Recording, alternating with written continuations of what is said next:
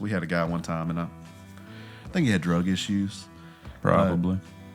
We have these machines. They're called flaggers, and it's basically like razor blades like this, and they're spinning really fast. And so it takes the bristles on a brush and bust them open. So like a car wash brush that is fluffy on the end, that's what is doing that. And this guy, he came and, oh man, I cut my finger on my thumb on the machine. And he just cut a little bit of the fat off. I'm like, okay. Next thing he comes back and a little bit more. And I guess he wasn't getting what he wanted. Because next time, his whole thumb, same thumb, 3 different times, and then he had to have surgery, and it was just, it's crazy the stuff you see. It was this big family meltdown, like major deal. And so he owned 45% of a company directly competing against it, which, shouldn't fly, but it did. And they had these crazy bylaws written up where no matter what the percentage you owned, I guess it was just everybody had this fear of everybody cutting their throat, but you could own 1% and you get 1 vote. You can own 99% and you get 1 vote. So everybody gets a vote, 1 vote. So you had to have majority, but not percentage. So the Southern Malt Factory came open for sale, and my dad asked me, he said, do you mind if I buy it? Because if it was in a situation where my uncle had 45%, and if anybody died, what his percentage of what he got from their death my dad be out of a job, essentially. So my dad asked, hey, you want us to go buy this Southern Malt Factory? It was going out of business in Charlotte. And they were filing bankrupt, and it was like, make a decision now. And they said, no, but you go buy it. And he said, I don't know why they want this. He said, this doesn't make sense, but he said, I'm going to do it. Me and my wife got married and then went to Charlotte to run that. So it was pretty recent then that your uncle was involved? Yeah, this thing didn't end I was still thinking we were like in the 70s or something. There was my whole childhood, there was drama,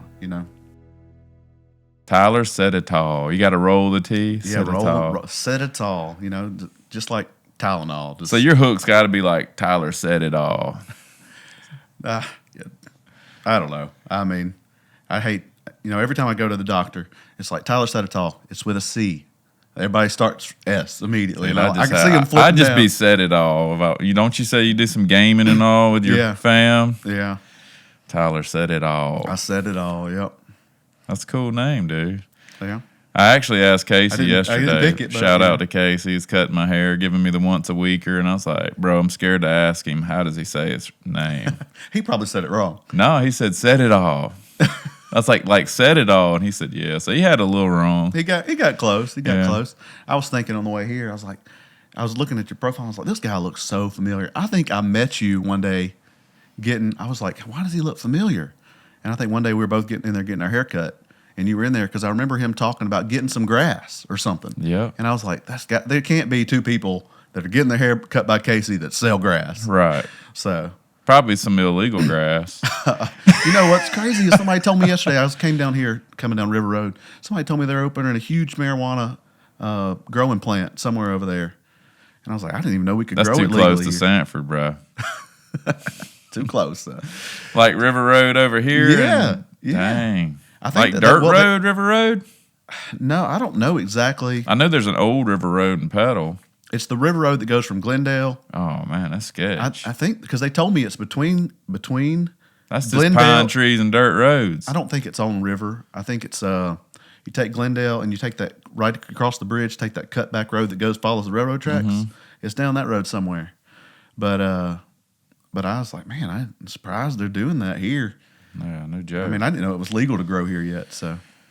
I don't know. It's a pretty scientific thing. Most people think it's... Oh, it's more to it. Yeah, you're getting... Your clothes are being, lasered as you walk into one, from what I hear. Really? Like, you go through, these little lasers that get you all, I guess... Sterilized, and you're not bringing in any seeds or anything of that nature. That's crazy. I know guys like that with their grass.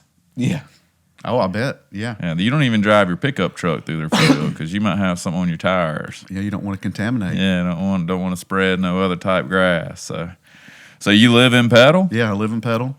I would say I've always lived in Petal, but you'll get through when we go to the story. I actually moved off for a bit. We bought another plant up there. So where at? In Charlotte. Lived in Charlotte for a few years. But it was nice. I loved it up there, man. I do like North Carolina, man. Yeah, I loved it. We were about an hour and a half from skiing, 2 hours from the beach.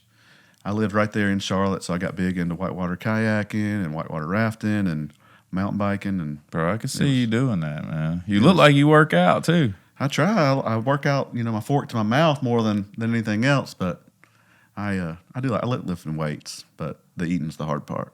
How often do you lift? Daily. I mean, Really? I take Sundays off, so I don't have any crazy program or nothing. I just do 5x5, so squats, overhead press, deadlifts, and then bench press and barbell rows, and just rinse, repeat. So You don't do no pretty boy muscles? no pretty boy. I figured they'll come along if I need them to. I don't know. You diet? You don't know about your diet? No, I do. I mean, I do well with it. I mean, I just in the winter, I really just like I keep working out, but I don't stop eating. I let myself get a little soft. Of course, my wife likes me a little bit more soft.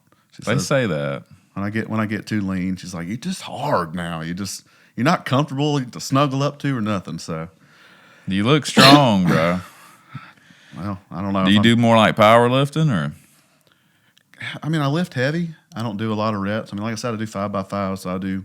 So do you work out at home if you're doing that? Yeah. Sounds like it. Sounds all barbell. Yeah, just got a rack.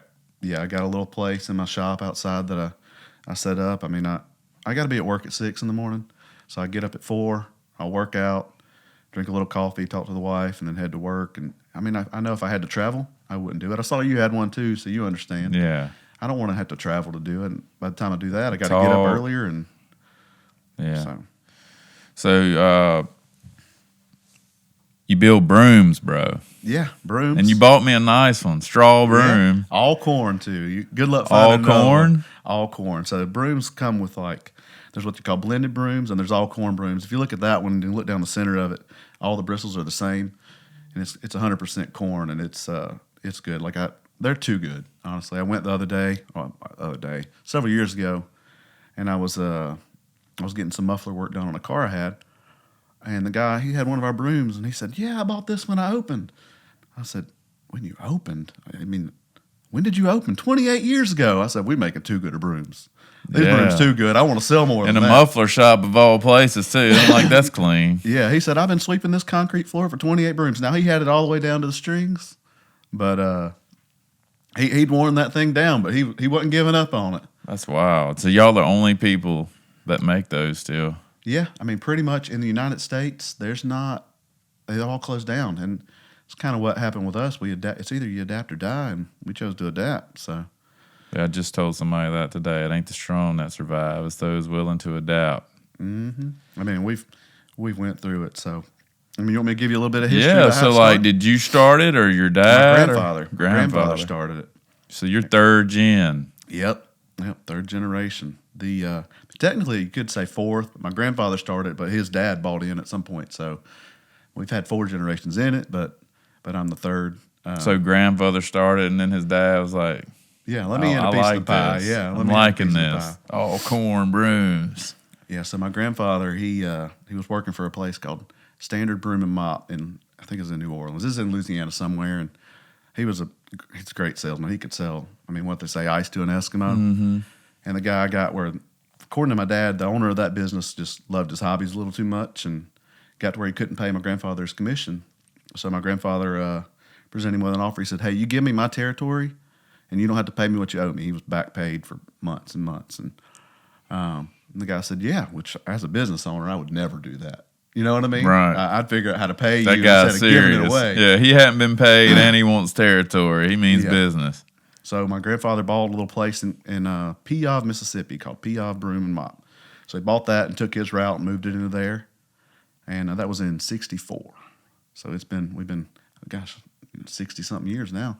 61 this year, right? So did he have major equipment, like manufacturing equipment when he opened, or it was like hand work, or? There's nothing when it comes to making the brooms and mops. I mean, this was just stick mop, so they look just like that, just a mop, and it's just a little machine. I wish I had a picture of it. I can get you one, but you stick the handle in there, and it's got a wire that comes up, and you take it and you bend it over, you put a little nail in it, and you wind the wire, and then they used to hand stitch them, but that's a thing of the past for sure. But now they have what they call a stitching machine, and it'll go through and pull it out, and then you put it back in 4 different times. And you got your broom, then you gotta cut the strings, and then you bunch them together, trim it. It was a process. I mean, it was start to finish because you had to dye the corn, So you have to separate the corn, dye the corn, dry it. So how do you get the corn? Do you literally go to a farmer's? It's the craziest thing. So when we think of corn, we think of like an ear of corn. Well, it looks just like that, but instead of an ear of corn, it grows that out where the corn would be. Really? Yeah. So it's just these big bushes growing out of like a corn. Looks like a normal corn farm, but big stalks of corn. And that's all. What is it used for? Other things or just? I don't know. I've never heard of it being used for any other thing. But is that in America? I don't even know if it is anymore. I mean, I'm sure it used to be, but I know that I think a huge portion of the corn production now, or that type of corn, comes from Africa. And I guess it has something to do with the climate. I don't know. This is probably going down rabbit holes, but when I was in Charleston the last time, I toured a plantation, and whenever they would bring, hate to say slaves over, but they were the ones that taught us how to farm. Oh, so I'm like sure. the rice and all that was in Charleston at the time, they knew how to grow that from Africa. And so they actually came in and trained the plantations on how to grow rice and irrigate the fields. And that's just stuff you never think about. And no. So those, the African people really knew how to grow stuff. So, and this, you saying that reminded me of that. So yeah, like I know that one of the places we used to buy corn. We buy very little now. The only time we buy corn nowadays is there's a couple craft fair vendors that we sell the corn, and they'll make. This guy makes this. He dyes it all kinds of colors. He'll dye it green, red, blue, and he'll have a little bitty sealing broom that's about this big, and you'll go and he'll make a little sealing broom. It's real pretty, but he'll get like $50 a broom. So when you say sealing broom, is that for him to do like the mud and sheetrock, or? No, this is like if you had a little cobweb up in your ceiling, you stick it up there and brush it down. See, I'm from and they used to daub the brooms in the sheetrock mud and spin it on the ceiling. You ever seen them do that? I didn't do that. It's like 70s stuff. I've seen them do like tar roofs, and I don't understand. So those brooms, they have a 3-pound head on them. I mean, those not brooms, but these mops. Those are mops. They have a 3-pound head on the end of them on a 72-inch pole, and they cover that thing in tar and hold it out there. I'm like, how strong you got to be to move that thing around? No joke, bro. Shoulders. Yeah, I don't know. I don't know the math, but you take 3 pounds 6 feet away from you. Right, that's some leverage. Yeah. So like, you don't just make brooms though. I was looking at your website. I was working out at 3 this morning. I said, let me check out, because I was just thinking brooms, but y'all had a lot of products, like a lot of different mops. Yeah. You had I call it like my brick mason, like construction brooms that you can kind of dust out windowsills, stuff like that. I mean, y'all had like every broom there is. Yeah, it was like I said, it was. And y'all make all that in? We make everything now. Really, we make everything but the corn brooms themselves now, because, like I said, you can't find an American who wants to work that hard. But yeah, we make all that stuff, and it was just kind of adapt or die. So my grandfather started it. They were doing corn brooms and stick mops, and then wasn't long, I think 6 years, starting in the beginning of the 70s, started making mop heads. So just a sewing machine, you're sewing mops together. And that's whenever they would just switch it out on the pole? No, yeah, you just you have the mop head, and it attaches to a different pole. And when the mop gets... But before that, it was just mop on a pole, and you had to trash the whole thing if it was wore out. And then went a few more years, and then one of my uncles, he was like, hey, I want to make brooms, or make brushes. So then you talk a whole nother thing. Yeah, so because then you got to like put nylon into the wood heads. Yeah, there's machines that do that, and y'all have all that. Yeah, we make all that still. So that's crazy. That just seems brutal getting that to stick in there. Those machines are amazing to watch. I mean, one day you have to come by the plant. I was gonna say, do you give field trips? Because I totally nerd out on that. Give you a lollipop at the end. I mean, maybe another broom. Yeah. Give you a wash brush this time for your efforts. Well, they call me the drip wrangler, bro. I almost told you to bring me some rags or something. I watched the video and I was like, drip wrangler, and I was like, what is I got that trip dollar. Yeah, you didn't let your wife. I said, man, I should have got him to bring me a mop and told my wife it's for that drip.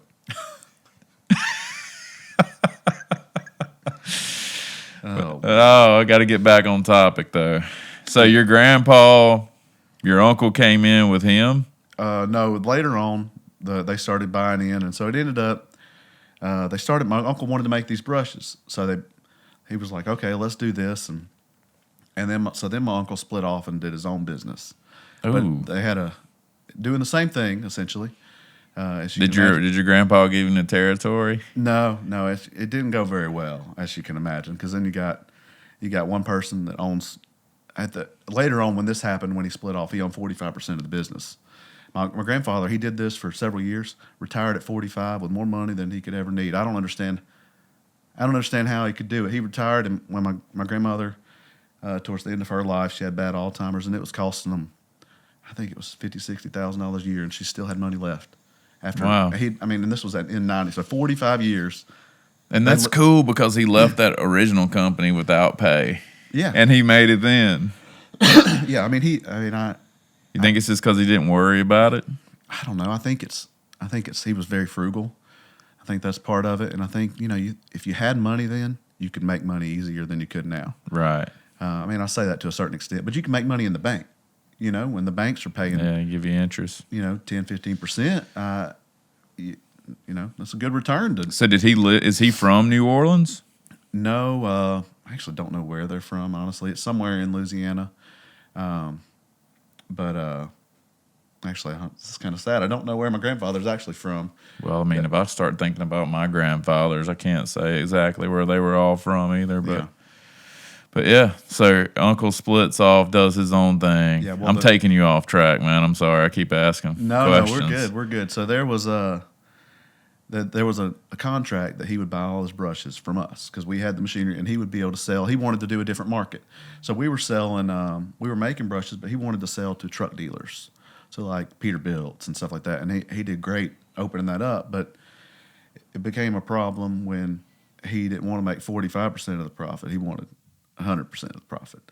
So it was this big family meltdown, like major deal. And so he owned 45% of a company directly competing against it, which, shouldn't fly, but it did. And they had these crazy bylaws written up where no matter what the percentage you owned, I guess it was just everybody had this fear of everybody cutting their throat, but you could own 1% and you get one vote. You can own 99% and you get one vote. So everybody gets a vote, one vote. So you had to have majority, but not percentage.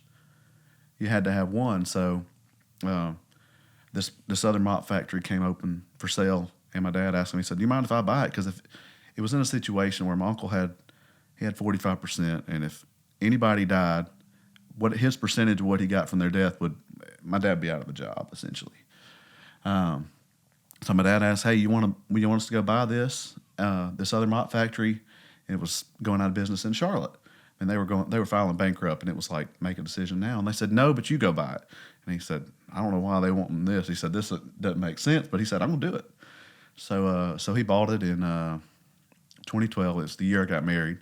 And I went up there. Me and my wife got married and then went to Charlotte to run that. So it was pretty recent then that your uncle was involved? Yeah, this thing didn't end I was still thinking we were like in the 70s or something. No, it took a big jump. It was long, my whole childhood, there was drama, And so my uncle still owned it in up till 2014. And at that point, what had happened, I think he actually still owned it then. But so my dad, he got permission to sell us 1% of his stock. So my dad had 32, so he put him down to 30. Me and my brother both owned 1%. And so then we also own 10% of the one in Charlotte. So then comes time, and it makes sense to merge the two companies together because we were paying, you're spending $100,000 a year extra that you don't need to spend. And my first child my wife was pregnant in 2014, and so I was like, I never would have come back had it not been for kids. But it made sense. I wanted them around family. It was just me and my wife up there, and it's tough. You know how it is. Sure. If you don't have family to back you up. So we decide we're gonna come back, and we merge. And my dad's like, I want to merge this into here, and they're like, no. And they're like, well, let's vote on it. And so Dad. You think that was part of him giving you 1% because then you had a vote? I think he was. I was in that. It's where my mind went whenever he said that. Whenever you said that. I think he was ahead of the game. I think he had a plan. And they said, well, no. And they said, well, we outvote you. You can't do it. And he said, they get one vote too. So then 3-2. I saw So that coming when old Dad gave y'all Yeah. 1% each. Yeah, he called it, and so we merged it in, and it was good for us. It was good for the company, because I mean, all the overhead went away from the other place, and we brought 80% of the customers back. And when we bought that other plant, we added in more mop manufacturing. I mean, we went from the machinery we had to sew mop heads. We could do like 20 dozen a day. These people were sewing 100 dozen a day. I mean, it was like 3 people sewing 100 dozen a day. It was, I mean, these ladies, to watch them, I mean, these machines, I mean, it was insane. So we merged them back together, and they've been in court this whole time. This whole lawsuit thing's still going on. And so they go to court, and the judge is just tired of dealing with it, And she's like, what will it take for you to just sell your shares of this company? And my uncle threw out a number, and my dad said, well, I'll do it. And so they get down in there to the thing, and my uncle's like, I don't want to do that. The judge said, you said you'd do it. And he made him, the judge forced it. And so he was out, and then so me and my brother, we all bought. My uncles didn't want to buy, they didn't want to spend any more money. The other 2 uncles I had, one was my great uncle and one my other uncle, they didn't want to spend any more money. So we bought all the percentage of the 45 between me, my dad, my brother, and me. We bought that, and then we had an uncle die, and so we bought his stock. And then we had another uncle 5 years ago. He finally decided he'd had enough of it. I mean, he had plenty of success. He had car lots and stuff too, and so he bought him. And then 2 years ago, me and my brother brought my dad out. Oh, wow. And so now me and my brother are 50-50, and it's on our shoulders now. But, So did y'all close the Charlotte plant down, or y'all just we did. blanketed under? Yeah, we closed it down. I mean, we basically merged it back. We had one employee that wanted to come. She came down for a while, and then we caught her trying to. She had eye cancer, it wasn't a good thing, and so we moved her down here, took care of her, and then we caught her. She was trying to go back up there to her family. Understandable, but she was trying to steal company documents and stuff. Oh man!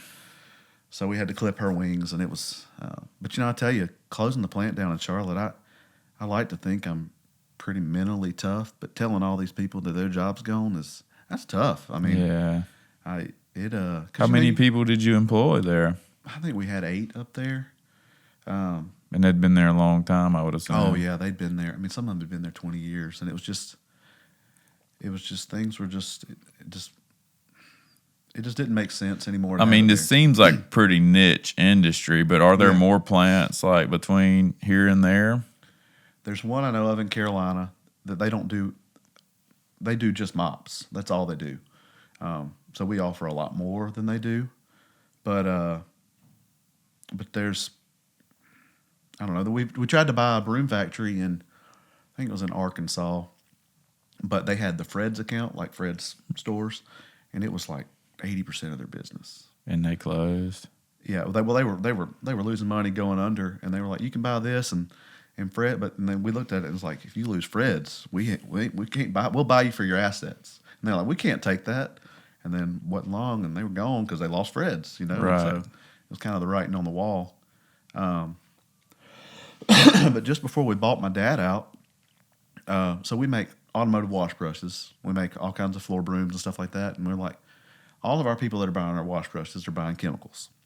So we bought a chemical company in Mobile. The guy was mainly just making laundry soap and automotive stuff. And he did pretty well. He rented out of his building was about the size of this room. Really? He had 2 tanks in there, and he'd do it to order. But we bought him, and then once you know the basics of chemicals, it's just mix matching quantities and stuff. You need to make something stronger, you add something to it, make it. I mean, it's very complex, but it's not at the same time. Once you get the basics, it's okay. So we bought that, moved it back here, and started making floor cleaners, and now we're up to disinfectants and all that kind of stuff. We don't make the disinfectants. That's an EPA nightmare. Well, I wondered about that when you said that. I was like, man, when COVID hit, oh yeah, that'd have been nice to be in that game. Well, we weren't making the disinfectants then, but I tell you what, we import some stuff from China and all other countries, but when those N95 mask shortage, I tell you, we ordered boxes of those, and they'd come in. I don't remember how many were in a box, but it was a $30,000 box. I mean, I think we were paying like $17,000, and we were way cheaper than people, and we were selling them for like $30,000, and it was just like, it was crazy. Dang. You know, because the expensive part of getting stuff out of China is the freight on the container. But you can air freight a box, a $30,000 box for $500. You money ahead. Right. So we did well then, and So how quick did y'all jump on like that? pretty quick. Once I found out there was a shortage, I reached to my contact in China. I was like, "Hey, can you do this?" And he said, "Yeah, here's the price of what this will cost you." And he said, "It'll cost you this much in freight." And I looked at what people were selling for, and I was like, "Send me some." So we ordered 10 or 12 boxes, and just. Did you try to do it again and it was over? No, I kind of saw that it was slowing down, and I know people sitting on a lot of them. Yeah, I'm not. I'm not. I knew when to get out of that game. Right. Because that kind of stuff is just fear driven. Right. And so once people aren't afraid anymore, it's not a need for it. So what's your dad do now that y'all bought him out? He comes to work, drives us crazy. Does he still work with y'all? He's under an employment contract for the next 8 years. That was part of the buyout. And I can't convince him to actually retire. I'm like, dude, go play golf, take mom on trips, do something, But he just loves work, and that's where me and him are different. To me, it's an investment, it's a job, but I don't love it. You know what I mean? I love the history and that his family and the freedom. But I mean, he can't think of nothing else he'd rather do. Well, it sounds like you're more like the entrepreneur, and he was more of a technician. He liked getting in there. Was he a technician in the business to where he was in there running a machine, or he No, I mean, stayed we've in the all office? done that. We've all done that, but he likes, it's his baby, and with the stuff on my uncle, he went through it, you know what I mean? And so when you fight the fires and put them out, it has a different meaning. For us, it's been there, but for him, he had to fight for it. And so, when you have to fight for something, it takes on a totally different meaning. So I can understand how he's like that. But sometimes I'm like, man, just go to the house, relax, take mom. You got the money, you can do what you want. Right. But so do y'all buy the handles to all this stuff, Yeah, or do y'all make yeah. that too? Or no, we don't make the handles. We buy all the materials and we assemble essentially. So it's a process. But in the past, this is our second year doing this. We had a major change in the industry. 2 years ago, we pretty much had this whole state locked up on the big janitor supplies, and then all these corporate takeovers started happening. So I don't know if you ever heard of Elkins Wholesale. So Elkins got bought, and we had all their business, had all the Newell's business, and they got bought by Dade, and understandably they went with their own vendors. But when you lose all your business in a state overnight, you better do something. So that's what we decided to do. So we only sold wholesale before. So we have that business still, and we kind of pivoted. And me and my brother opened another business called Hub City Supply. So we have Hub City Industries, Hub City Supply, and Hub City Supply is retail. So say your gyms, if you're like, hey, I need these mops, these brooms, these paper towels, this dish soap, or no, you wouldn't need dish soap, but hand soap. So now you call in the order, we'll take it and we'll deliver it to you. We basically took the retail side too. We took it on too, because we lost all the business, and people aren't happy with what they're getting now. Because from what I understand, their salesmen aren't even happy because they're getting, say you need $100 worth of product, well, you got to pay a $150 delivery charge. It don't add up. right. So that's where we're going now. We're trying to focus more on the retail, which is slow because people have dealt with Elkins forever. Elkins was a great company, and so was Newell, but they're not the same anymore. Once it becomes corporate, it's different. Right. And we always had they were loyal to us. They were good people. How many states do y'all ship to? Actually, the amount of states we ship to, I don't know, but we ship nationwide, even some to Mexico. Really? Yeah, I got a big customer up in Seattle, Washington. So, how did they find someone like you? I mean,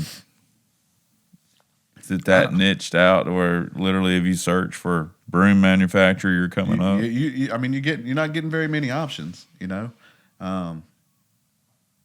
lot of those customers out in the West came from the company we bought in Charlotte, because those people had connections when they started that business. They've split off of another company, and they knew they were in the right place at the right time, knew who to contact. So it Do you think now you wish you would have kept the North Carolina company now that No, I Elkins and kind all of that? think that the writing was on the wall a little bit there too, because it just it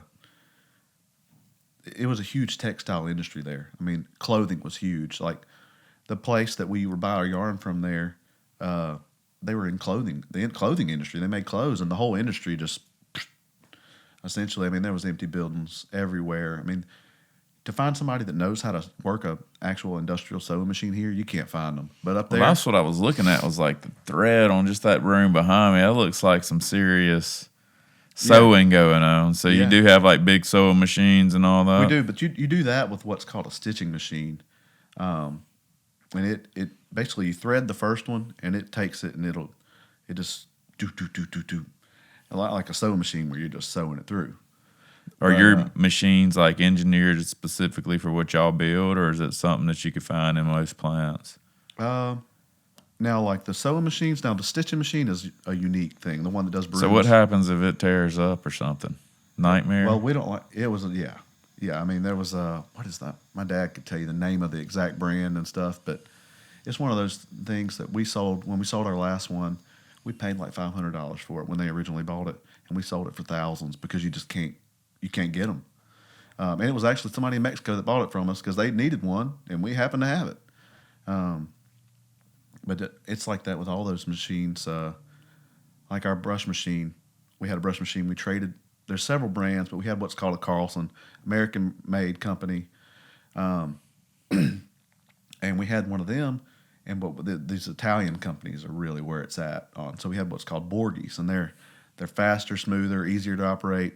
Everything. I mean, they're right next door to Ferrari. I'm about to say they're like the Ferrari. Yeah, I mean, like they're on the same street as Ferrari. Their gym equipment's the same way too. Really? Yeah. But it was. So I mean, we had a guy that he didn't want to learn a new machine, and he traded us a 20-year newer machine, Borghi, which is the Italian one, for our Carlson. And Dad was like, I don't know why this guy's doing this, and he paid the freight to swap them around. And I'm like, Wow.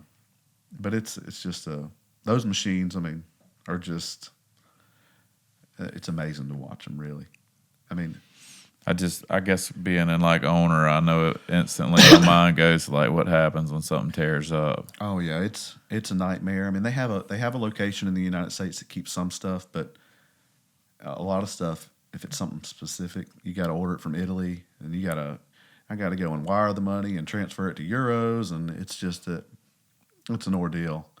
But their American tech he's a good guy. He's very knowledgeable at what he does. And I got his cell phone. I can call him and be like, hey, it's doing this, and he can be like, he can walk me through anything on the machine. Right. So it's really cool. How many square foot's like your whole I think plant? we're up to I think it's around 60,000 now. 60,000 square feet, I think. That's pretty big, man. Yeah, I believe that's right. How many guys do y'all have? Right guys now, and gals. We got I think we got 12 employees now. Now, 2 of them we bought a place at the beginning of this year in Mendenhall, and he was doing he was another retail business. So I mean, it basically gave us our first month this year. Our first 3 days of this year, we sold more than our biggest month last year. So he really bumped us up, which was nice. But we got around 12 employees. When you say retail, that's like what you were talking about with like the mops or Yeah. with the cleaning supplies? Yeah. It's like, I mean, any business with a door is a customer. Where before you had to be reselling our products. Like, your wife was talking about the hardware store. Right. Because that's where it originally started. Is my uncles got to selling, my dad got to selling. They hit every hardware store in the state, and each town had 5 or 6 hardware stores. And now, if it's not an Ace, you probably ain't got one. Right. So all that business just dried up and went to these bigger places. And but But the retail is what I mean is we're going direct to consumer essentially. So if there's something you need for a gym, an insurance agent, hospitals, anybody that's using the products, that's How many, like, how big of a radius do you serve with that? right now. It's about, I don't know how far south we go, probably Loosedale or something, and then we go all the way up to Jackson. So and it'll grow eventually as we get more. But right now we got 2 delivery trucks and a van, just kind of really growing into it, And 'cause growth is hard, Do y'all do like the custom rugs, all that as well? We got some sources for that. We haven't really had a lot of ask for that, but we're still building our vendor on a lot. Because when it comes to chemicals, brushes, brooms, mops, we got it. And there's machines now. We've got that. It's just slowly adding in more stuff. Because our industry has been so different than what the retail is. Because these people, they'll keep a dozen of mops, and where we had to have hundreds of dozens of one mop because everybody was buying 50, 60 dozen, and now the retail, it's just about turns. It's about you buy a dozen, sell a dozen, buy a dozen, sell a dozen, where we would have to do, we had to bring in an entire container. Right. So it's just a different change. Do you supply any other states like the Elkins and all that? Any big corporate places like that still, or We do some, but honestly, between Dade Paper and Brady, they've bought. It's huge. The amount of people they're buying. They've probably bought between the two of them. I bet they've probably bought 20 of our customers in the past 2 years. It's just. You hadn't tried to take any of them to dinner or anything yet? No, they just. You know how it is. If you have a vendor that you've been working with for a long time, and they have a good rapport, it's tough, and I can't even get them to answer an email. Really? So, I've tried to reach out to them, tried to call them, but I can't. There's going to come a time when they need something. You would think, and we still, some of them we make, like the one in Laurel, they still buy a little bit of stuff from the specialty products that nobody else is making anymore, that we still have the capability to produce because most people don't. And that wouldn't be a kind of quantity that anybody would want to stock. But we can go and make, if you want 12 mops, we can make it. Do you make like auto, like detail chemicals? Mm-hmm. Yeah. So y'all do the dressing and all that? Yeah, do tire dressing. Smells like that. Like grape? Yep, grape. You got that, bro? Yeah, we call it our Blue Wonder. Yeah? Yeah, which I've always thought it was weird. Why is it blue? Every one of them's blue, but it smells like grape. Right. Why is it blue? I've always wondered that. Why is it not purple? I used to just pour that in my garage. You were wasting money, weren't you? You just wasted I love the way it smelled. Yeah. So I literally would just, when I was doing my tires, I'd be like, oops, and spray the floor with it. You wouldn't want to walk there, but. No. One time I had a drum, and I make that stuff. It'll eat through anything almost, except specific plastics. And so I had a drum, and I was making a batch of it in a 55-gallon drum, and I had picked it up with a forklift, and I had it pumping into the drum, and the fork split open and dropped the thing right on the spout at the bottom of the thing, and that silicone just. And I had an employee with me, and I said, get me something. I stuck my thumb in the hole. Oh, man. But enough of it spilled that, man, it was slippery forever. It just. Smelled good, though. Yeah, it smells. That's when you walk in our plant. What's crazy is I used to love walking in when we just had all the brooms and mops, and you walk in, and I love the smell of corn brooms in the morning. Walk in, it has a corn brooms in the morning. I ought to coin that. But, yeah. Corn brooms in the morning. But it had just this smell, and now you walk in, and it smells like laundry soap and all the chemicals, and it's just, I don't know, it's just different. Are you glad you did the chemical thing? Is it starting? Oh, yeah. There's good margins in that, and there's good volume. And, say you're buying a mop for your gym. If the mop changes a little bit, you don't care. But if you find a chemical you really like, you're going to stick with it. Very true. That's what we're finding is when we try and make great stuff, good stuff that people like. And once you get them to change to that, it's easier to get the other stuff because they don't care. You're talking about like tire dressing. What is it retailing for now? I bet it's $50 a gallon. Yeah, it's close to $50 a gallon. It's high. And so you don't care about the $2 brush, but if you want the good tire dressing. Right. It's the same way with soaps. and degreasers. I mean, because we do a lot of degreasers, like a lot. So it's one of those things that, I mean, like we have lasers to do engraving products. So like, if you wanted like some logoed cups or something like that, we got that. And so one time I'd run Cups. yeah, like tumblers, Really? or coasters or anything. What happened is I have an FFL too. I have a business that has an FFL. I don't know what that is. Federal firearms license. Okay. So I didn't originally. That wasn't my goal. I bought some laser engraving machines and I wanted to do marketing products for people. And this guy came up to me and he's like, "Hey, can you do my gun?" And I'm like, "Let me do the research on it." And so I found out to do some of that stuff it's considered manufacturing. And so I had to get my FFL. So I did that and I did started engraving a bunch of guns. Went a little crazy. And I mean, it was nice. I'd buy myself a gun every time I'd buy a batch of guns. So you were buying the guns and engraving them. Yeah. You wasn't necessarily getting people to. Yeah. And then people, like, if you had I did a bunch of, what's that business? What's the one right up here? They sell dozers and stuff. Gosh. Cat? It's not, it's the one that they rent them. What is that place called? United Rentals? I don't remember which one it was now that I can't think. Caterpillar's got a rental place too. Yeah, but it was not. It was like somebody's name or something. I can't think of what it is. But anyway, they would give a nice Henry for their retirement gift. So I got to where I was engraving all their Henrys. What would you put on them? They'd put their years of service, the person's name, and then some quote, and then maybe the I company see you logo. eyeing my old You don't wanna Davy engrave Crockett's those, over though. here, bro. You don't want to engrave. I don't those, even though. know where these things are from. That bad boy that the brooms leaned on is like 5 foot long. Yeah, it's an elephant gun, ain't it? I think it was involved with the Declaration of Independence. That's pretty cool. Yeah, that's how they got them to sign it. But yeah, my mother-in-law gave me them. That's really cool. I always hit them up for them when I'd go to their house. I'm like, I need them guns. And they've moved like 15 times. And the last time she's like, you want them guns? I said, yeah, I got them. So then I got to where I was doing a bunch of the guns, and I'm probably going to let that lapse now, but So when you laser them, is it just look like something's on No, them, or you're it's- actually etching the wood? you can do either. So wood you would definitely etch in. Metal you can do what's called like a frosting or it frosts the anodizing, and it'll make it like a bright white.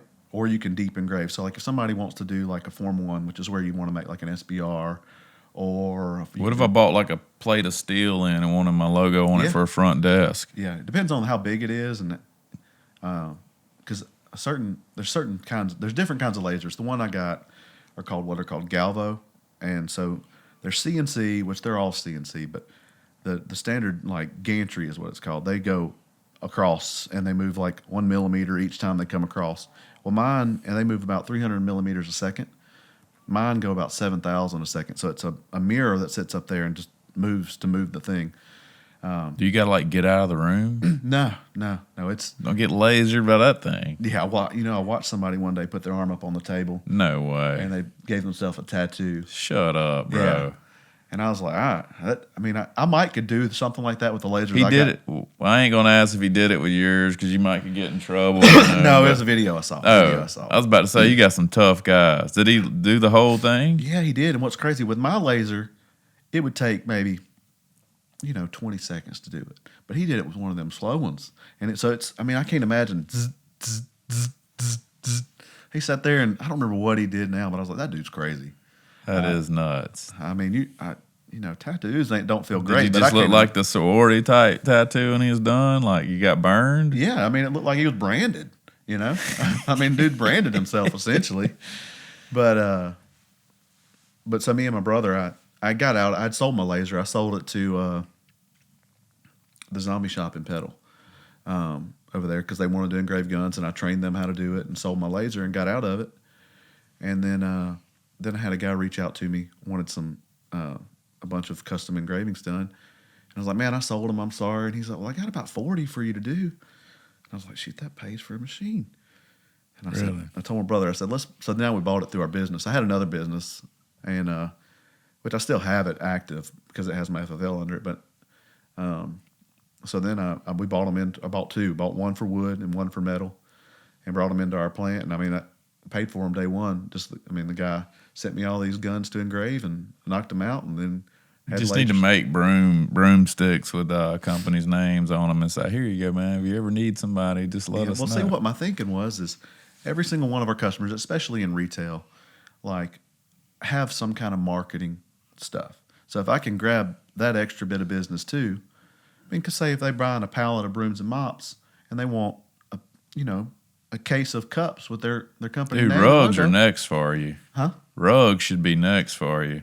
You Yeah. know how much I spend on rugs, getting them all dyed, and Oh, those things are high. I said that so country, all dyed and whatnot. It's okay. That's what keeps me with my guy. I love him. Shout out Choice Services. I don't know if you know them guys in him. Laurel. They do a good job, and dude, you can need something in a random town we're in, and they're bringing it. Service is what sells, That's what man. seems like a nightmare, dude, is the delivery every week. Oh, we just need one thing of this or that, and you got to still make that route. Well, the bigger you get, and what we're finding when we first started, you go for one customer. Say we're going out to some dealership out on 98 in Hattiesburg to make that trip for one thing sucks. But as you get more, Just you're filling part up the of whole. it. It's just a route, I'll bring it in my Sentra, bro. Just take it in my Sentra and deliver it. But it's kind of just diversify and keep going is where we've been. So how do you operate? Like, are you walking the floor every few hours? Are you in the office making calls? Do you got salespeople that do that?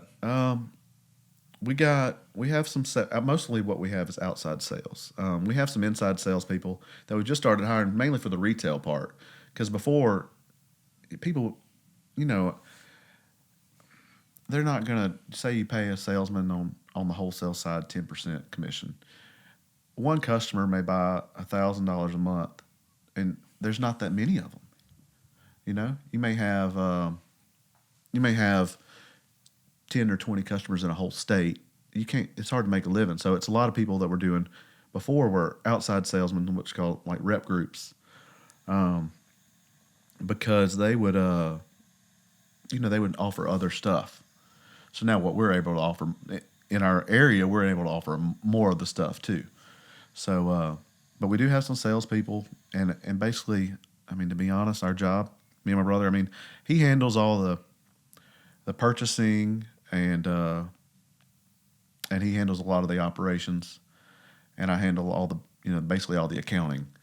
But other than that, it's pretty much a full-time babysitting job to making sure people are doing what they're supposed to do.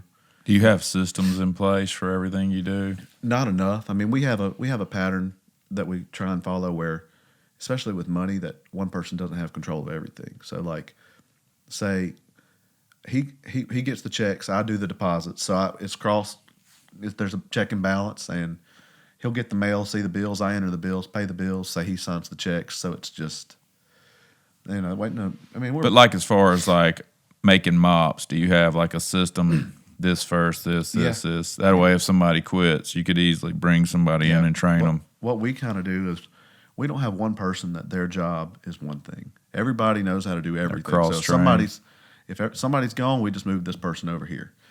And some of this stuff, is nobody wants to do it, but it's you would say it's foolproof, but people find ways. We had a guy one time, and I think he had drug issues. Probably. We have these machines, they're called flaggers, and it's basically like razor blades like this, and they're spinning really fast. And so it takes the bristles on a brush and bust them open. So like a car wash brush that is fluffy on the end, that's what is doing that. And this guy, he came and, oh man, I cut my finger on my thumb on the machine. And he just cut a little bit of the fat off. I'm like, okay. Next thing he comes back and a little bit more. And I guess he wasn't getting what he wanted, because next time, his whole thumb, same thumb, 3 different times, and then he had to have surgery, and it was just, it's crazy the stuff you see. Liability. Yeah. Have y'all ever had any like really major injuries? I was going to ask that earlier. That kind of crossed my mind when you were talking about the sewing machines and all. We've had people take the sewing machine. They got dual needles, and these are big needles. I would bet. I had one stick one through their thumb, all in and out, and it don't. the way they're sewing, I mean, those stitches are maybe this far apart, and once it's getting through you there, again. yeah, and it's that's gross to see. I mean, because it went straight through the nail and out the bottom. Because they're sewing like this and just put their thumb right through it. So how many days a week are y'all like manufacturing? Four. We used to be before COVID. We were 5 days a week. We were 6 to 2:30, and then when COVID changed it a little bit, we went to 410s.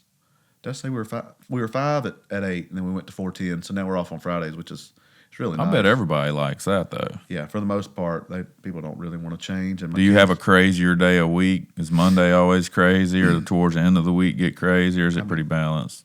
It's pretty balanced. Thursdays are probably busier for me and my brother because we'll do all the deposits, pay all the bills, do the payroll and everything. And Mondays are a little busy because you have all the orders and mail that came in over the weekend.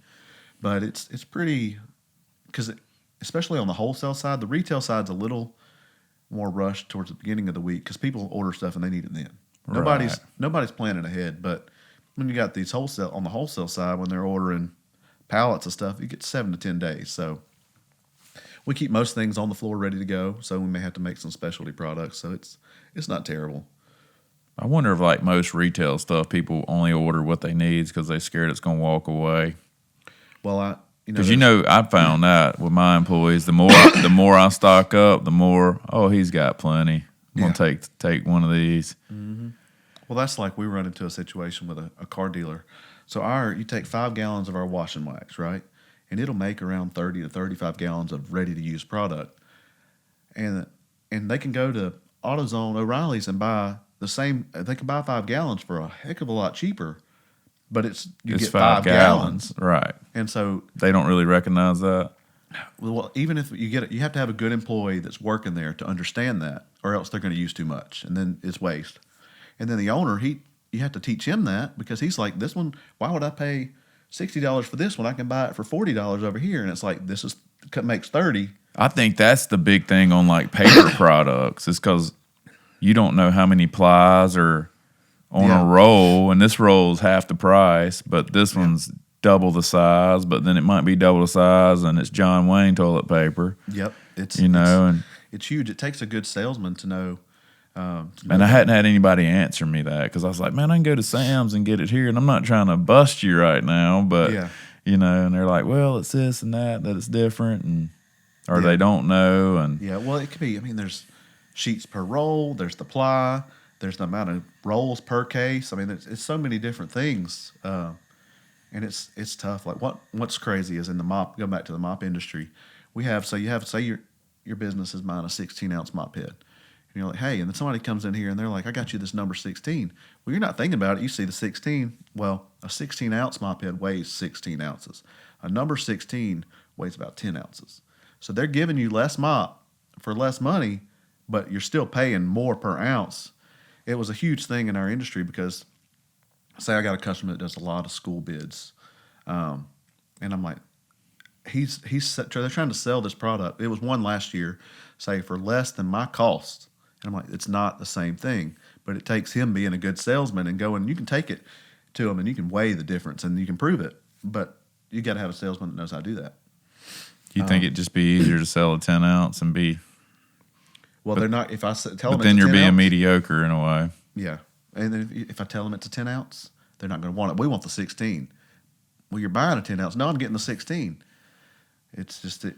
You gotta teach your employees. You gotta teach. On my farm, I went through that with like pine straw. You order an 18-wheeler load of pine straw, and you may have like these rolls can be big. Like some rolls that have 3.5 square bales in it, so they're like $14-15, and the guy down the road selling a square bale for $5-6. Same thing, and it's like, dude, yours is a lot bigger. But when you say, well, I can buy this bale for this, right. Yeah. So it's just we did that. I was like, man, I almost wish I just went with the square bales and stayed commoditized because people they see that price. Everybody's shopping price. They're commoditizing everything. Yep. And I hate that because I like quality. I'm like, I want the best thing. It's a crazy story. So we had talking about going to brooms. We had one of our customers. They just went bankrupt this year. I don't know if you've ever heard of Crumbly paper. Yeah. But they had all the schools in the state. And so a long time ago, with our broom is spec'd on that bid now. So a long time ago, they tried to switch from our broom. And so the state ended up calling us and said, "What's wrong with these brooms? Why?" And they'd want somebody else's broom. And they said, "We don't like these. We don't like these brooms. We're spending. They cost 20% less, but we're using 3 times as many." And it's like you're getting a crap broom. And so then they went back and changed the specs to like it's our broom. It's really neat because it's like if it's cafeteria in the state, it's our broom. Right. That we were spec'd in like the only broom. But like you said, it just takes a good salesman to be able to and it takes a lot of times fight those objections. And it takes a problem for somebody to realize where because like we had a huge Miami-Dade bid. They buy 6,000. We had a customer that wanted it. They buy 6,000 dozen mop heads a month. 6,000 dozen. 6,000 dozen. Dang. Like crazy amount of mops. And we didn't win it this year because they always wanted a 16-ounce 8-ply mop, which is 8-ply specialty. Most mops are 4. So it's specialty, and they wanted 16-ounce. And it was below my cost. And I said, this is going to be 4-ply, and this is going to be a number 16. Well, they called me last week and said, they threw those people out. They weren't giving them. I was like, I told you. And they're like, they want to know, can you supply them with 6,000 dozen in 2 weeks? I'm like, well, no. I mean, you can't do it. I was like, I can bid it next year. And they know they're going to get it from us, but I can't fill in with it because they chose to not listen. Would you make the mop heads too at your plant? Yeah. Wow. So where do you source all that fabric and all? Does it come from overseas too? Some comes from overseas, and it's almost got to where actually I think the one yarn plant that was in the United States stopped. They went strictly to doing like Kevlar stuff or something because it was just that in the textile industry, there's no money in making it anymore. That's why all of our clothes, none are hardly made here unless it's a specialty product and it's better, but you got to pay for it. Right. And people don't want to pay for it.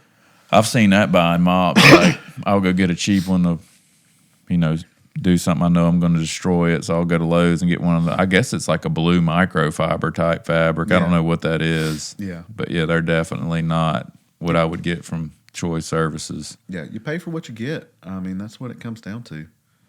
And it's just sales. You got to be able to sell it. Which I can sit here and talk to people all day, but honestly, me and my brother neither really get out very much to sell because we're stuck babysitting people the whole time. So, is that something you wish you could do? Something we need to do. So how do you get there? Well, what it takes is, it takes hiring somebody to do it. But what's crazy is in all the industry, your dad wouldn't want to do what you and your brother are doing, so y'all could go out and expand. Well, he would, but he's not really. The employment contract's just a formality, really. You know what I mean? It's like it's just part of the buyout package, right? Really, and that's not for mine and his relationship. Sure, it's not the healthiest thing. Because I want to have more of a. Because for the years it's been boss employee, and I want more of like, hey, I want my dad. Right. That's cool. But he loves doing that. But for me, you don't want to do that to him. Yeah. Yeah. Do you have any rock stars on the floor working that you think could step up one day and time out on the working side of things and become more of an instructor and right overseer? Now we got a guy that could handle a lot of the operations kind of, but not as much of. We really need somebody who can handle the purchasing and stuff too, and not buy too much or buy enough. We don't really have that person yet. It's but we got a good guy that we hired. He actually had left, and him and my dad butted heads a lot, and that's easy to do. But we hired him back this year, and he's really because he can do anything in the plant, and he doesn't mind telling people what to do. And so he's coming in and helping a lot. But as far as stepping in that role. How would you do that, though? Literally just stop and write down exactly what you're doing when you do this, and this is what I'm thinking? Because that's literally what I have to do. Hey, I'm pulling up to a gym. There's a little trash right here. You can see that. I don't like to see that. Yeah. There might be a letter out on a sign. We need to address that. I'm walking through the front door. The rugs are clean. Always make sure the front rug's got to be clean. Yep. Because if it's dirty and the rest of the gym's clean, dude, the gym's dirty. Yeah. I got to make sure my scent machines are on. Did they get smiled at and greeted when they walked through the door? But there's only one way I can take like my operations directors there, and that's the only way I found to do it. It's literally like make a video, and this is what I'm thinking as the owner when I come in. Yeah, because we think we communicate that, but that's a hard thing to do. Communicate exactly what's going on in our mind as an owner, so somebody else could play that role. Yeah, I was just interested on how you could transition out of that, and it's going to take really probably the biggest holdup is biting that bullet and paying somebody what they're really worth to do it. You know what I mean? Because it's hiring more of an executive type, probably smarter than you or I anyway. Yeah, somebody who is. I mean, I know we have a guy that I know could do it, but it's just we got to get to that point where it really makes sense. Because I mean, honestly, look at all the outside salesmen we have. What they sell, my brother has sold, and my brother and my dad, I haven't got to do hardly any. But my brother and dad, their close rate is like 6-7 times higher than what the next closest person is. And so I know if we were all out selling, we would really be growing. But it just takes getting us out. Do you train like your outside salesmen to where they're closing like your dad and brother? Not really. I mean, that's probably a We've been playing with AI. I've It's so easy to do, dude. You can literally go into Chat GPT and click the voice and say, hey, I sell mops, brooms. I want you to play a really tough company that's got a company they like. I'm a salesman coming in to sell you our products. Let's go. And they'll literally say, okay, let's go. And then, And then they'll greet you. And they'll play tough, and and they'll get so nervous, dude. Especially if everybody's watching them do it with you. Yeah. It's fun. It's almost comical because then they're like melting. And this chat. It's AI. They're smart. Oh yeah. And they don't get tired. No. And so it's like a really cheap way versus going and everybody traveling to another state with some sales killers and going through seminars and stuff like that. Yeah, it was a really way to. You train them once and you're done, and it can be. You train once and you can make 6 different bots to do it all. And it's all about believing in the product. And I don't know. I almost wonder like if those outside salesmen went in there and made a mop one time. Yeah. To see what would that help, Yeah. So well, I'm sure it would because you until you do something, you don't really understand the process and you can't really sell something efficiently. And appreciate it, and believe in it, and it just changed my life. And because you can take our specialty wash brush and we can get in there and say it's like a nylon fiber, right? It's the really soft wash brush is made. It's not going to scratch anything, not going to put spider webs in your paint. And so you can take it and you can take that thing into a microscope, and that bristle is specifically designed to hold soap. It is a star shape, so the soap gets into the bristle. You look at a bristle, you can't see it, but you zoom in on it. And when I've bought nicer cars in the past, I've just went to every store looking at their brushes because I'm I don't know which one to buy. Yeah, wish I'd have known you then. Yeah, there's things like that people don't think about. There's even I've seen the guys that especially in LA that do the big time detailing for the rich and famous, and they got the makeup brushes going through the air vents. Yeah.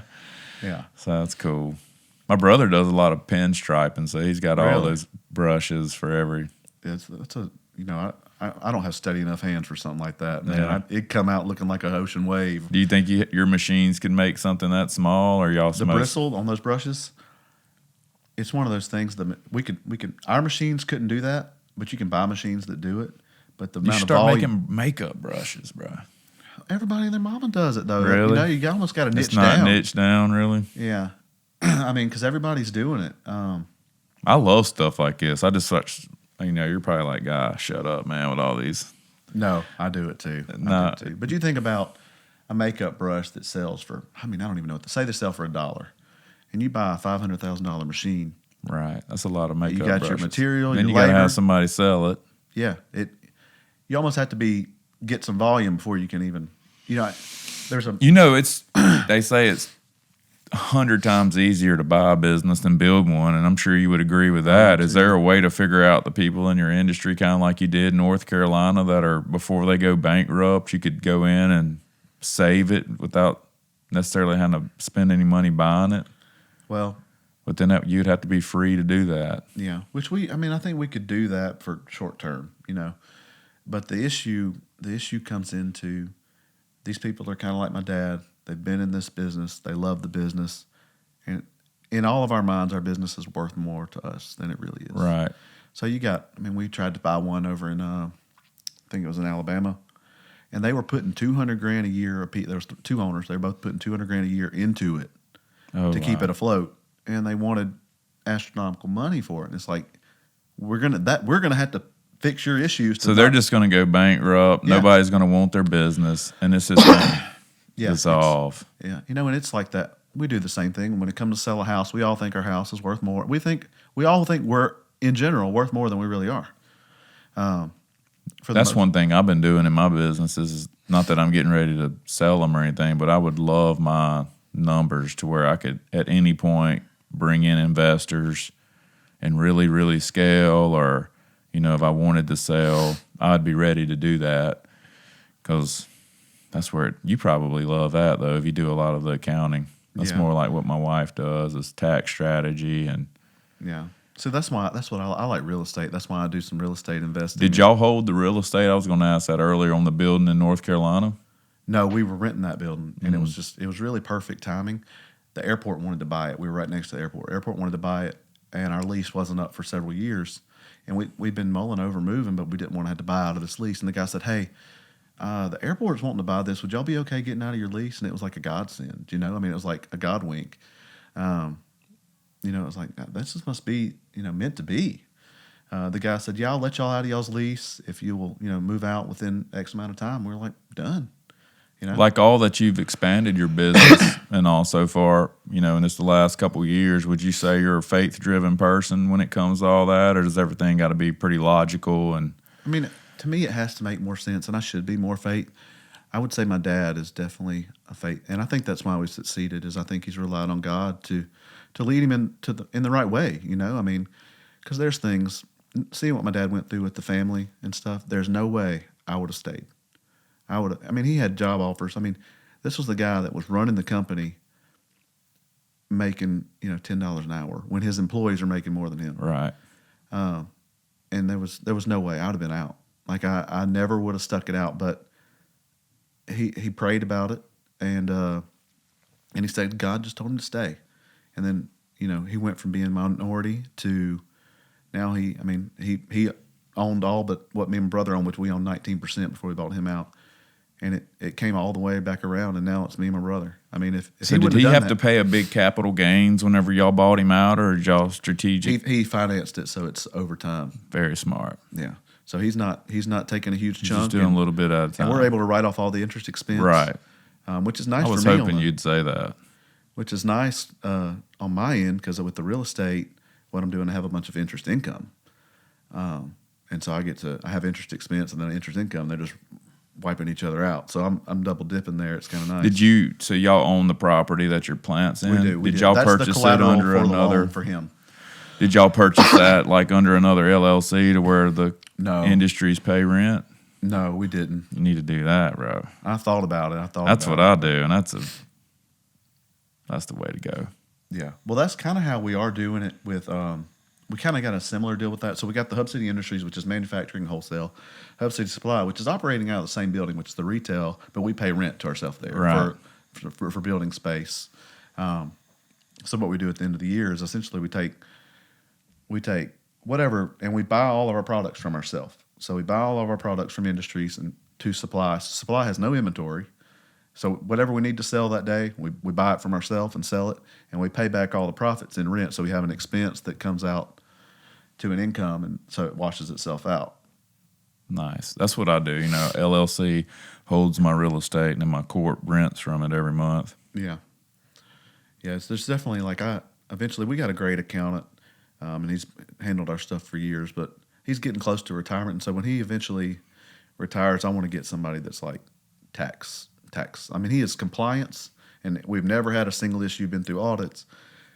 But, there's these gray areas that are legal. And that's where my wife studies the strategy of that. Yeah, and that's something that I would like to. It's amazing. It's why the billionaires don't pay taxes. They just know the code.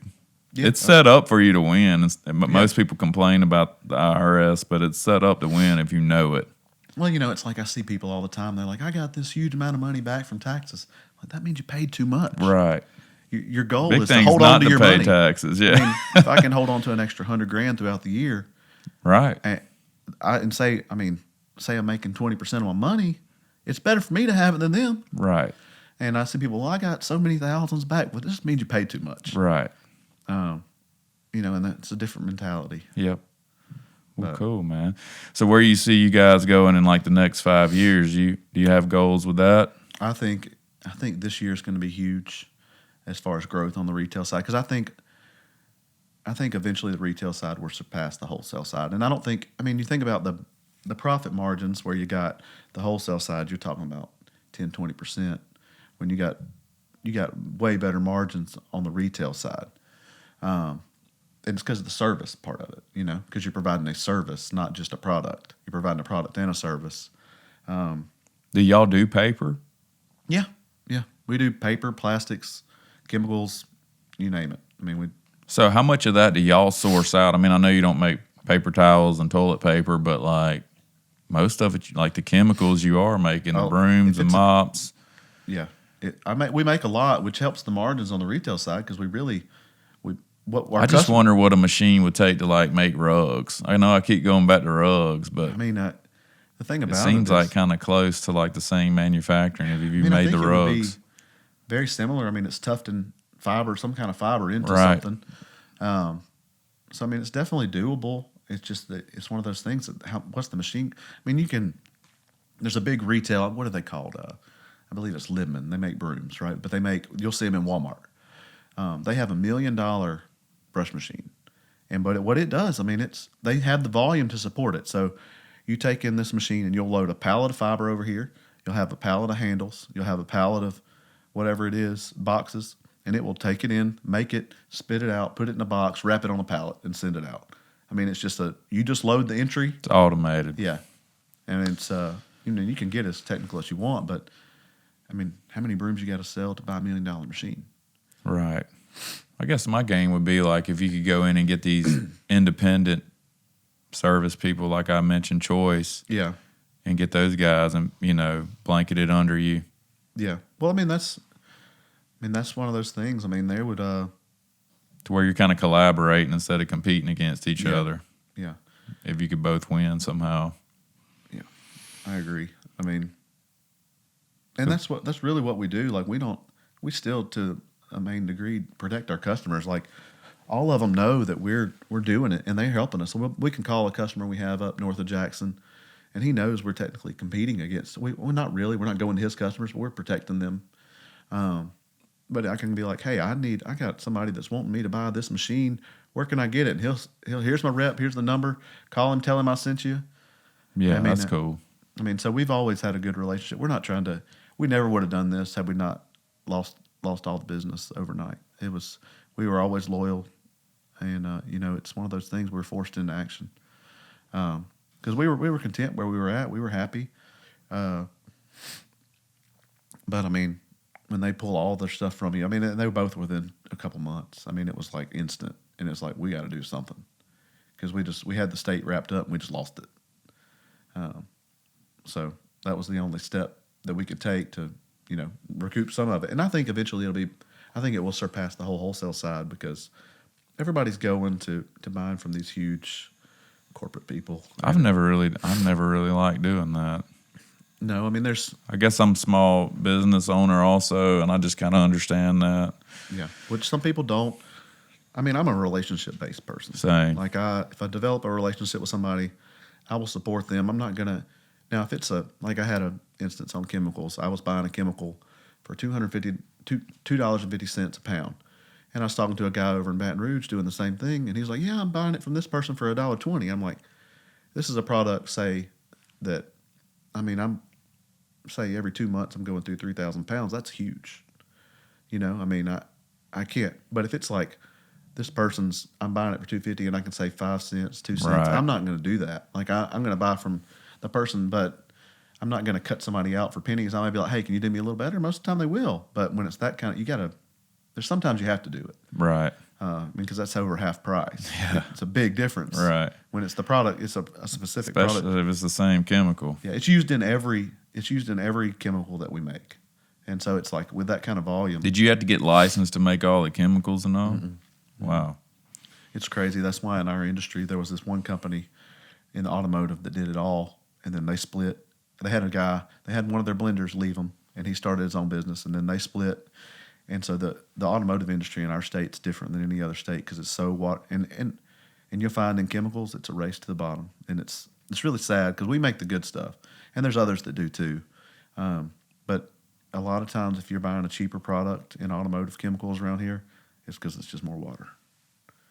They just water it down, cut it in half again, and people buy by price, and it's hard to compete with that. You have to show them that yours is better, Right. and they got to give you the time of day to do that. So. Yeah, that's tough because everybody commoditizes products and services. But I guess I'm the one that I understand like exactly what you're saying. If something's cheaper, that's probably the case. Yeah. But Well, like you mean, I don't know about gym equipment, but say you got a bench and it's made out of like plywood instead of solid wood. It's going to be weaker, and it's going to look the same on the surface, but it's not. right. That's just me. Just Biggest guessing thing off on the top. that's like fabric. You'll get them, and then it doesn't Just last tears apart. 6 months. It's destroyed, and you can't get it reupholstered easy. And you should have bought the bench for double price. And Yep. And then it would have lasted three Yep. times as long. sucks at first, but in the long run, you're better. Just like you say with the mop heads. But well, dude, I appreciate you coming in today, man. Yeah, I was enjoyed eager it. to hear about how brooms were made and how you guys started. Yeah, you had to come look and. Thought take you a might look just at be daddy's money, man, just rolling in. No, this industry ain't really like that. That's why my dad says he hadn't ever done it because every company that he's ever seen, and I think it can be done, but he don't believe it can. But I think it can be done, that you can hire somebody to run it and that you can get out there. But all these companies that we've seen fail, they've all had one thing in common: they hired somebody to handle it, and they just didn't. Right. I guess when you do own something, you have a different care for it than anybody else would. Right. It's like you can, have your gym employees, and no matter how well you train them, how good of an employee they are, they're not going to care like you do. Very true, man. Yeah.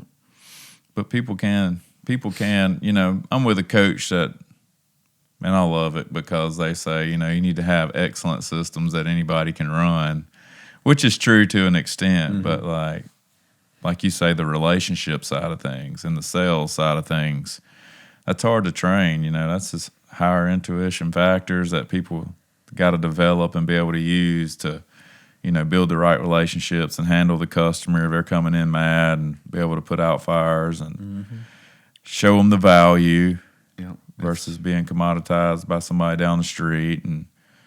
But Yeah, well, I mean, it's like I don't know what the the monthly membership is for your gyms, but I'm sure there's cheaper memberships, but you're not getting the same quality stuff, Right.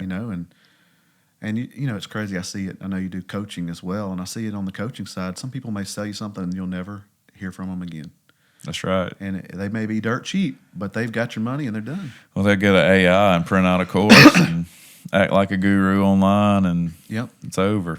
Yep. They're not really capable of doing anything they teach you to do.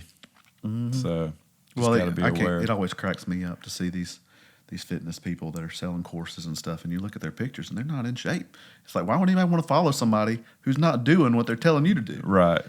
So, Very cool. We think alike. Well, man, thanks for coming, dude. yeah. I'll have to have you back whenever you expand your territory. Yeah, and maybe in a year or so, we'll see how big you've grown the retail side. Yeah, maybe I can tell a totally different story, and then I also want to talk about the real estate stuff sometime too. So, Yeah. because I kind of enjoy that. I think that's more of a passive income thing I'm working on. So, All right. Yeah. Well, come back and tell me about the retail side, and I want to see how big you grew. yeah, I'm looking forward to it. All right. Hopefully, we can come back in a year and I'll be like, we made it. So Tyler Cedotal. Cedotal. Yep. Are you big on social media? I mean, I do a little bit. I'm on there on my personal profiles, and then I have our streaming stuff is Simply C4, where we post family videos and gaming and stuff, and just like I said, we try and spread faith and and people learn about God, and because there's a lot of cruelty and terrible stuff, and To Where is say, the Simply C4? Is that what? mainly on TikTok. TikTok? We do TikTok and Twitch, but we've cut back streaming a lot because it was just the amount of time. Right. When it comes to me, family is more important in the end. So when I was streaming, at first we were streaming 3 hours every day, and then cut it back to 3 days, and then it's like, why are we? The amount of income, it's not worth my time. I figured I was making like 2 cents an hour. I was like, this ain't worth it. I mean, my family time's more important. Right. Well, cool, man. Thanks for coming. Yeah, thank you. All right, dude. We'll catch you next time. Next time. Appreciate it. Yes, sir.